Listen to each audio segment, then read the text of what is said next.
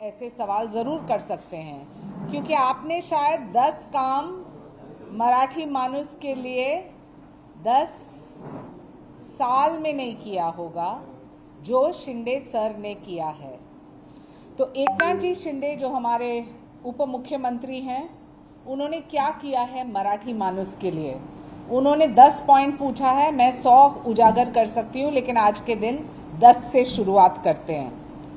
सबसे पहले रमाबाई नगर slum redevelopment, ये प्रोजेक्ट जहां 16,500 स्लम ड्वेलर्स को 33 हेक्टर्स पे राइटफुल ओनरशिप देते हैं, जहां ये प्रोजेक्ट में 5,000 एडिशनल फ्लैट्स यानी कि 75 lakh square feet commercial space, जहां 10,000 खर्च करके, ये एक जीवित सबूत है कि एकनाथ जी शिंदे ने क्या किया है मराठी मानुस के लिए। मराठी मानुस के साथ मराठी अस्मिता और मराठी अभिमान, यही लक्ष्य रहा है एकनाथ शिंदे जी और शिवसेना का। बीडीडी चौल रीडेवलपमेंट, ये प्रोजेक्ट में 15,600 टेनेंट्स जो वर्ली नायगांव एनएम जोशी मार्ग में रहते हैं और उनको चाबी देके उनको वापस लाया गया है। जो मुंबई कर बाहर गया था वो वापस आया है। गिरनी कामगार, बहुत चर्चा हुई है, बहुत सालों से हर सरकार जो आती थी कहते थे कि हम गिरनी कामगार के लिए कुछ करेंगे, लेकिन सरकार ने 1 lakh houses for our mill workers in Mumbai through a tender process, जहां 13,100 मिल वर्कर्स को घर दिए गए हैं। क्लस्टर रीडेवलपमेंट प्रोजेक्ट, क्या आपने कभी भी सोचा था कि कमाटीपुरा रीडेवलपमेंट होगा, एक हकीकत होगा। यहाँ क्लस्टर रीडेवलपमेंट को लेके मोतीलाल नगर, गोरेगांव, जीटीपी नगर, जहाँ 4,900 रेसिडेंट्स को घर मिला है, अभुदय नगर जो ऑन द वे है, तो 11,400 मराठी माणूस हे कोणी केलं, फक्त एकनाथजी Shinde.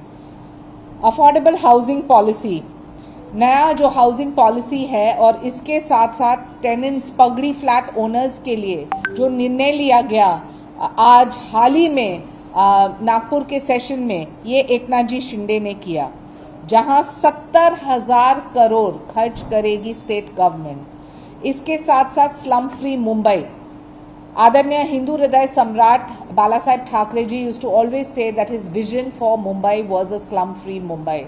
In a slum-free Mumbai, how do you facilitate that? By providing affordable housing to every resident. बहुत सारे लोग पूछते हैं कि क्या कर रही है आपकी पार्टी, क्या है आपकी भूमिका मुंबई को लेके।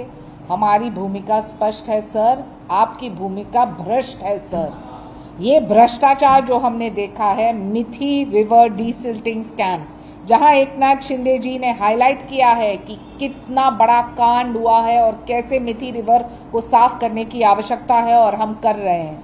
ईस्टर्न फ्रीवे एक्सपेंशन 3,200 करोड़ जो स्पेंड हुआ पावर फाइनेंस कॉर्पोरेशन लिमिटेड से, ये लोन रिपेमेंट भी होगा 25 साल के ऊपर।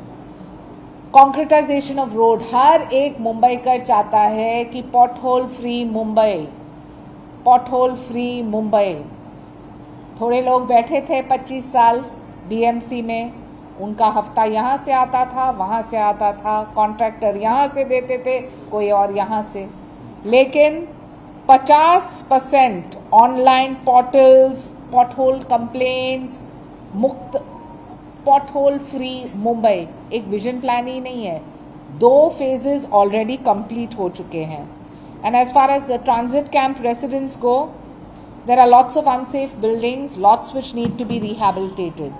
So my reply to a gentleman who wakes up every morning and only blabbers is that your frustration and your political insecurity, sir, is evident. But to emotionally blackmail और परिवारवाद की राजनीति अब नहीं चलेगी।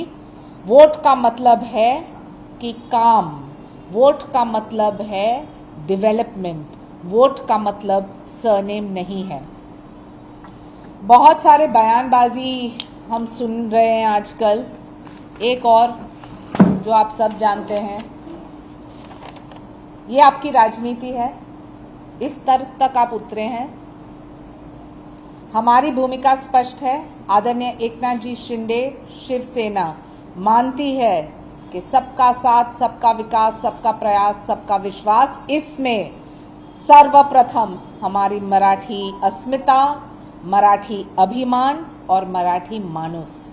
लेकिन इसका मतलब नहीं कि आप ऐसे शब्दों का इस्तेमाल करें, उत्तर भारतीय बटोगे तो पिटेंगे, पिटोगे पिटेंगे, पिटोगे पिटेंगे, ये शब्दों का इस्तेमाल क्यों कर रहे हैं आप? और क्या दूसरे तरफ जब उबाटा की एक सांसद उतर के बोलती है कि उत्तर भारतीय को सपोर्ट करना चाहिए उबाटा को, वहां मन से ऐसे बयान देती है, तो आपकी भूमिका क्या है? स्पष्ट कीजिए। ये डिवाइड एंड रूल नहीं चलेगा। हम मानते हैं कि जब आप कोई भी रणनीति अपनाते हैं तो वो रणनीति होना चाहिए कि आप क्या करने वाले हैं मुंबईकर के लिए, क्या करने वाले हैं मराठी मानुस के लिए, क्या करने वाले हैं उत्तर भारतीय के लिए, क्या करने वाले हैं मुसलमानों के लिए। सिर्फ वोट बैंक की राजनीति नहीं चलती है। और फिर वो बोलते हैं कि मराठीचा अपमान केला तर नहीं बटोगे तो भी पिटोगे। ये पिटने बटने के ऊपर क्या है आपकी सोच विचारधारा? तो सवाल ये उठता है कि वोटर जो देख रहे हैं कटना, पिटना, बटना, वो कैसे इनको एक मुंह तोड़ जवाब देगी, वो 16 तारीख को हमें पता चलेगा। फिलहाल हमें सिर्फ ये कहना है कि महायुति आदरणीय देवेंद्र फडणवीस, हमारे नेता आदरणीय एकनाथ जी शिंदे खड़े हैं तो खड़े हैं प्रगति के लिए, खड़े हैं तो हिंदू हृदय सम्राट आदरणीय बाला साहेब ठाकरे के विचारधारा के साथ, और खड़े हैं तो सच्चे मन से हिंदुत्व, जहां एक ही वाक्य है, justice to all and appeasement to none. English, Hindi, Marathi.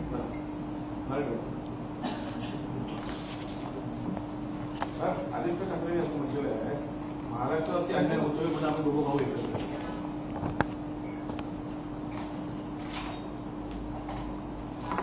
मला विचारायचं आहे की 20 वर्षच्या नंतर तुम्ही एकत्र येतात, 1.5 वर्ष तुम्हाला चालते की हिंदू हृदय सम्राट आदरणीय बालासाहेब ठाकरेच्या विचारधाराला डस्टबिनमध्ये फेकून काँग्रेस आणि एनसीपी सोबत सत्ताच्या मोहमायासाठी, तर हे आहे तुमची विचारधारा, पॉलिटिक्स ऑफ कन्व्हिनियन्स। आणि इकडे फक्त फ्रस्ट्रेशन दिसतो, कारण असं बयानबाजी करायचं, लोकांना हेट, डिव्हिजिव्ह पॉलिटिक्स नाही पाहिजे। आता आहे पॉलिटिक्स ऑफ परफॉर्मन्स। तुमच्या काम बद्दल लोक वोट देतात आणि तुम्हाला हे विश्वास नाही तर बघा, आदरणीय एकनाथजी शिंदे आणि शिवसेनाच्या जे टॅली होतं स्थानिक स्वराजमध्ये 2017 मध्ये किती आमचे महापौर होते, 27, आणि आता बघा किती आहे। तर प्रगतीचा राजकारण करा साहेब, तुम्ही घरचे बाहेर आले, नक्कीच तुम्हाला वोट भेटतील जेव्हा तुम्ही काम केलं आणि ऑन ग्राउंड काम केलं तरीच। मनसेबरोबर आम्ही आलेलो आहोत, रिझल्ट काही हो पण आम्ही मनसेबरोबरच राहू असं म्हटले। गुड विशेस, अभिनंदन तुम्हाला।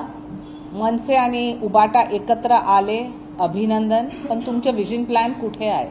आणि मी विश्वास तुम्हाला हे देणार की 16 जानेवारीला जेव्हा तुम्ही बघितलं की जनताचा हात आहे, तर फक्त महायुती सोबत, हे महाविनाश आघाडी जे घर बसून राजकारण करतात त्यांना फॉर एव्हर घरीच बसायला पाहिजे।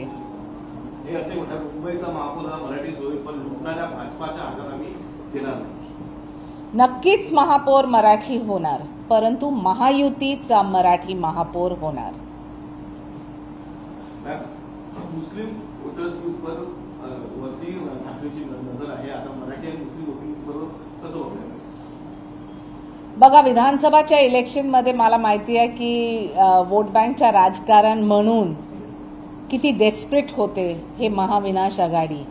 तुष्टीकरणचं राजकारण केलं, तुम्ही निकाल बघितलं लोकसभामध्ये, तर फक्त वोट बँकच्या वरतीच आधारित होते, पण तेव्हा काँग्रेस होते एकत्र।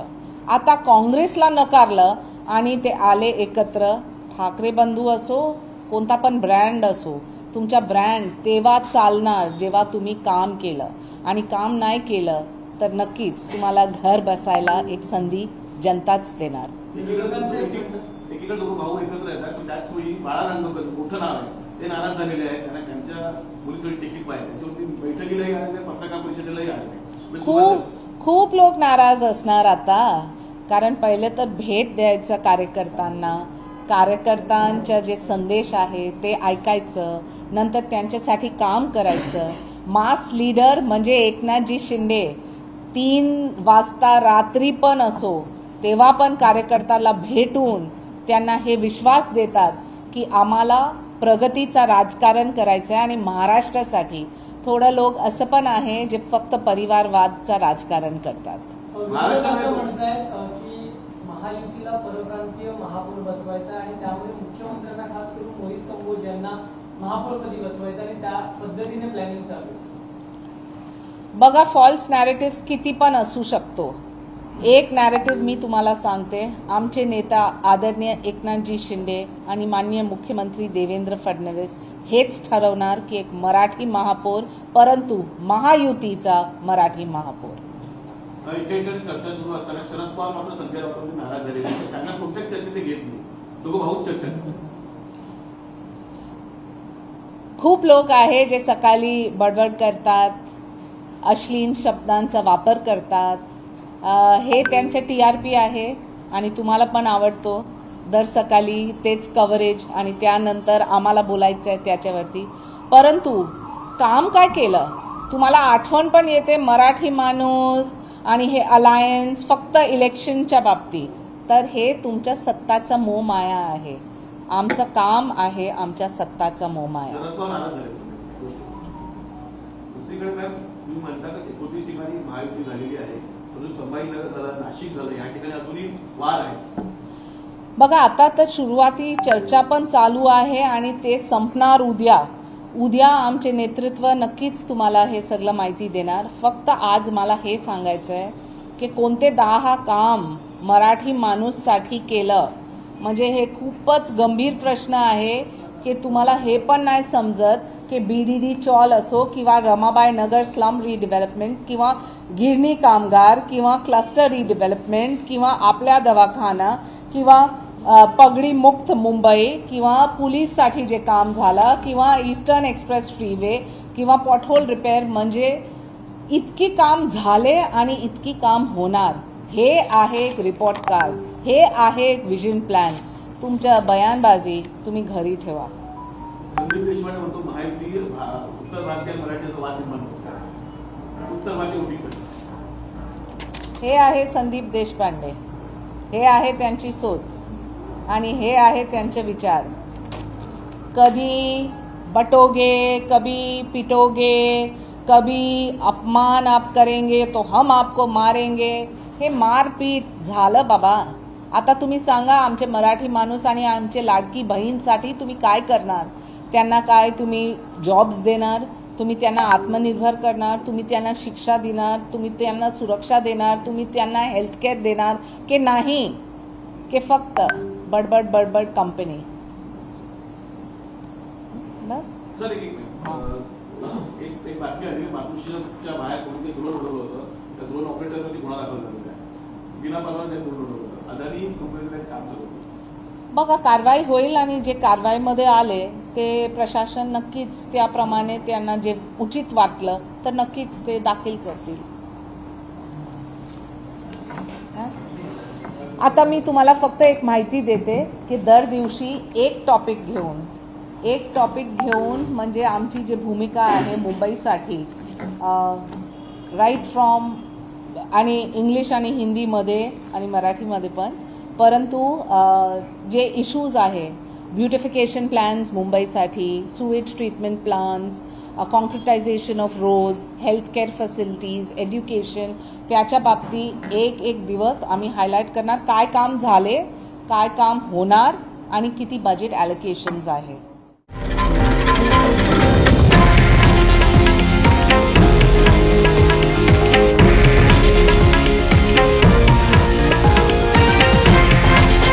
हे आहे देशातील नंबर 1 न्यूज नेटवर्क आणि आपण पाहत आहात TV9 मराठी, एकमेव.